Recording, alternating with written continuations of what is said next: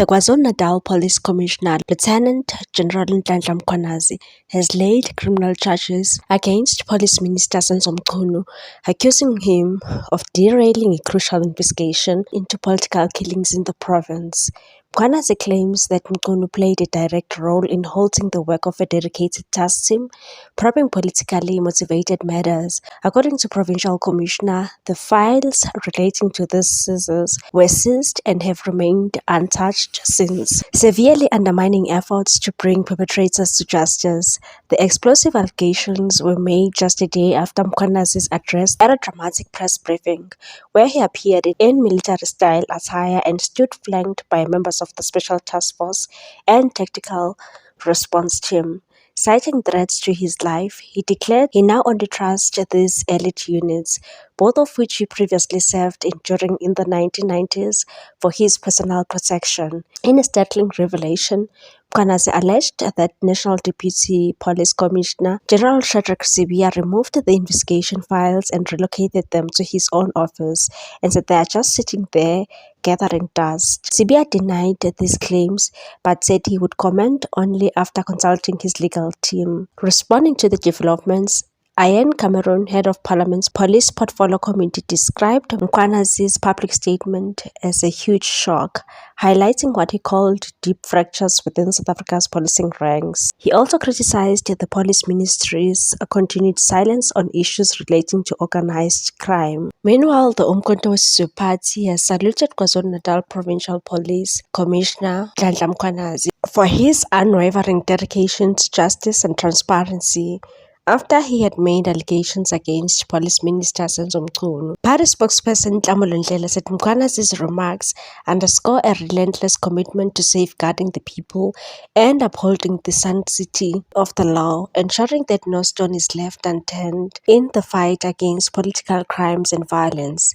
And said General Mkhwanazi has demonstrated profound courage and integrity, especially in the face of adversity. His leadership, which initially focused on addressing political killings and now has expanded to include the investigation of high-profile matters, is both commendable and necessary for restoring public faith in our justice system. In the interest of the safety and sanctity of our nation, the Umkhonto we Sizwe Party calls upon General Mkhwanazi to lay criminal charges against Minister Mchunu and General Sibiya for defeating the ends of justice within the next 24 hours. Subsequent to this, the MK Party also demands the immediate arrest of Police Minister Senzo Mchunu based on prima facie evidence of criminal conduct as presented by General Mkhwanazi.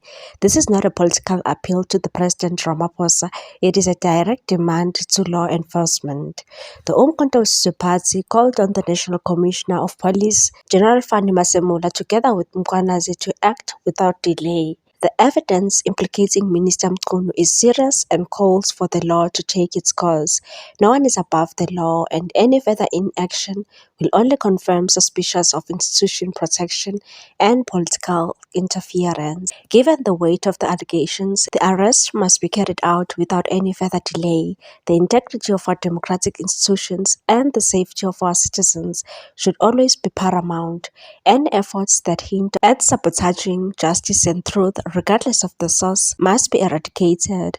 The Umkhonto we Sizwe Party will continue to stand by those who work tirelessly to protect our democracy and ensure justice for all.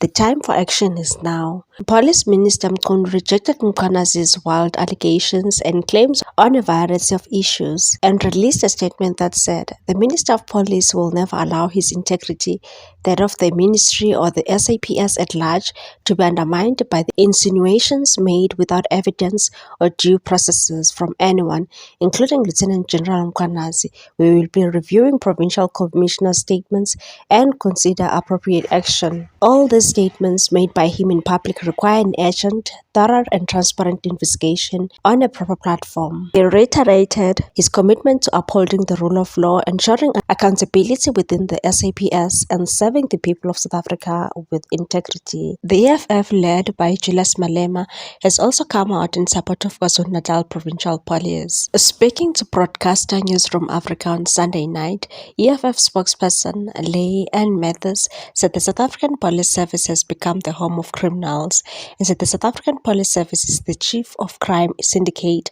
operating in this country. All other crime syndicates answer to it. We raised this during the budget debate in Parliament on Friday. If South Africans even know the rot that is happening in the South African Police Service, nobody would even bother to try and get justice there. We will just end up as a country that operates on mob justice. There's nothing. The only way we are going to clean up that SAPS is that all the high-ranking police officials must be fired. They must reapply for their jobs and they must be vetted independently. Even the vetting process is not even proper in the South African Police Service as it stands. She said the reactions by Mchunu and Sibiya show that there is no urgency to address the nation on the widespread allegations leveled against them. She said claims that Mkhwanazi has brought the SAPS into disrepute do not hold water as the police are already in disrepute, and said no one even wants to go and open cases at the police stations because we know you have to pay somebody or the case just ends up being a cold case. You end up being abused. Who trusts the South African Police Service as it stands now? If we go and open a case, we go there just to get a reference number so that we can go and claim on insurance. Otherwise, if someone broke into your house and you do not have insurance, you won't even bother going to report it. That is how bad it is. The EFF said the South Africans are not protected and live at the mercy of marauding criminals. It said we do not have protection in this country at the moment. How is it that the minister does not know that the KZN commissioner has gathered evidence? How does Sibiya not know that there is a KZN commissioner who has gathered evidence against him and is going to present that? What is that telling us about the state of South African Police Service? The EFF said the very few good officials left in SAPS have no option but to speak out, as Mkhwanazi did on Sunday. We had actually called during that budget debate that all officials in the South African Police Service be removed. They must reapply for their jobs and they must be independently vetted because even the vetting process is compromised as it stands right now. The minister responded when we rejected the budget and he said, if you're going to reject the budget, it means we must go and close down police stations. And we said, you may as well. How many people actually even go to police stations? We are forced to go there just to get a case number so we can claim on insurance. Most people don't want to even bother because we know, and this is just on a basic level of an ordinary citizen in South Africa, there is no trust in the South African Police Service.